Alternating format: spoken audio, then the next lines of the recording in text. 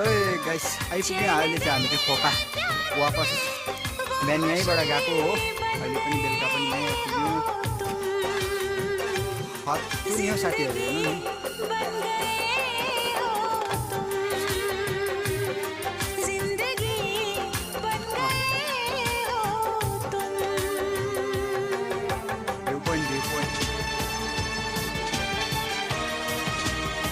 यो पारिको चाहिँ के जग्गाहरू भन्दैछ है